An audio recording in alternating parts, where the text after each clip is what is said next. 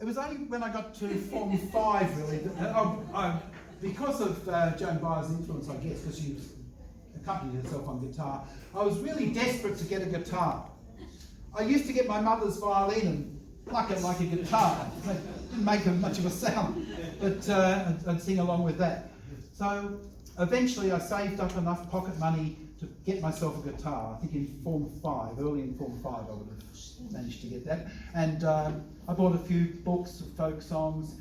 One of these books had a section at the back, how to play guitar. So I taught myself how to play guitar using that book.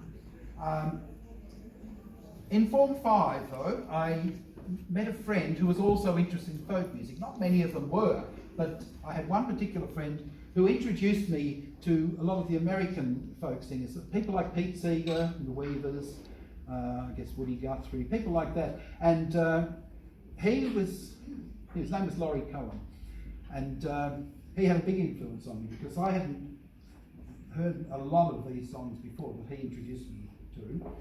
And a lot of the songs were songs with a message. You know, there are anti-war songs or civil rights songs, songs about the environment, that kind of thing. So I'll just sing you an example of one that I learned around that time. This is an Irish anti-recruitment song. What they used to do, this is around the time of the Napoleonic Wars, the English recruiting officers would come and try to get Irish men to join their army and go and fight their wars for them.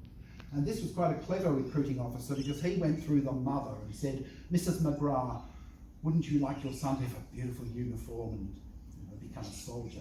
So this is a song called Mrs. McGrath. Pete Seeger sang this, but I didn't like the way he did it because he called her Mrs. McGrath, which is how it's spelt, but it's not pronounced McGrath. It should be Mrs. McGrath. Okay. You join in the chorus if you like. There's something like fold the little R, etc. We'll see.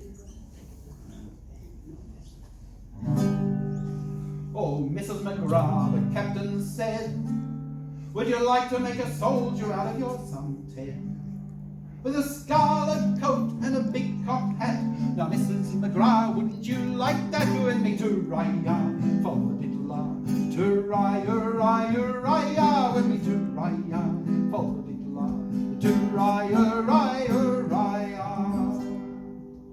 Well, Mrs. McGrath lived by the seashore for the space of 7 long years or more, till she saw a big ship sailing into the bay. Here's my son Ted, wish you clear the way, with me to ride, forward to ride, with me to ride, forward to ride.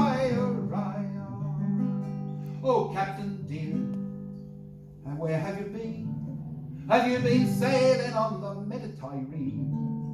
Oh, have you any tidings of my son Ted? Is the poor boy living, or is he dead? With me to ride, follow the diddler, to ride, with me to ride, follow the diddler, to ride.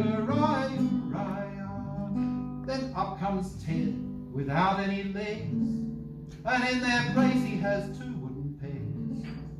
She kissed him a dozen times or 2, saying, holy Moses, it isn't you. With me to ride, follow the diddler, to ride, with me to ride, follow the diddler, to ride. Oh, were you drunk or were you blind when you left your 2 fine legs behind? Or was it walking upon the sea? Wore your 2 fine legs from the knees away? With me to ride, follow the diddler, to ride, with me to ride, follow the diddler, to ride.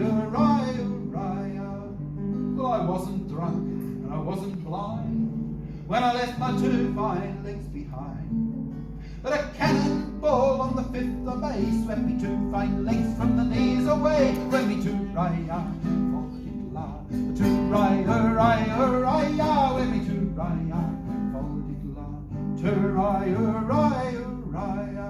Oh, Teddy, me boy, the widow cried, those 2 fine legs was your mammy's pride.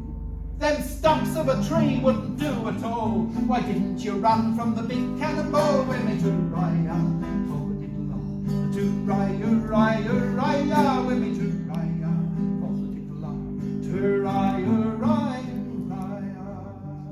All foreign wars I do proclaim, between Don John and the King of Spain. For I'd rather be Teddy as he used to be than the King of France and his whole navy. With me to-raya, to-raya, with me to-raya,